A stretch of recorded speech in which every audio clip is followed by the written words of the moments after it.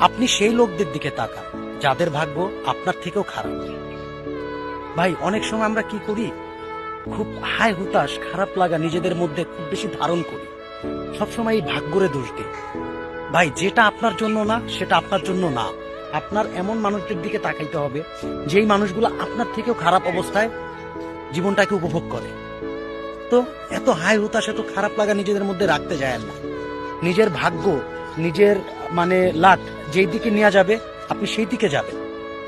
অন্তত নিজের মধ্যে ওই ধরনের বিষয় যদি কাজ করে তাইলে একবার হলেও চিন্তা করবেন যে আপনার অবস্থানের থেকেও কিছু মানুষ আরো খারাপ অবস্থানে থাকে।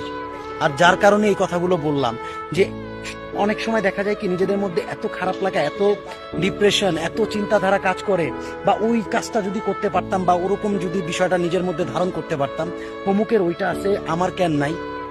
তো এই বিষয়গুলো যখনই নিজেদের মধ্যে কাজ করবে তখনই আপনার থেকে খারাপ অবস্থানে যারা আছে তাদের দিকে তাকাবেন এবং একটু চোখটা বন্ধ করবেন এবং চিন্তা করবেন আল্লাহ আপনাকে এর থেকে ভালো অবস্থানে রাখছে।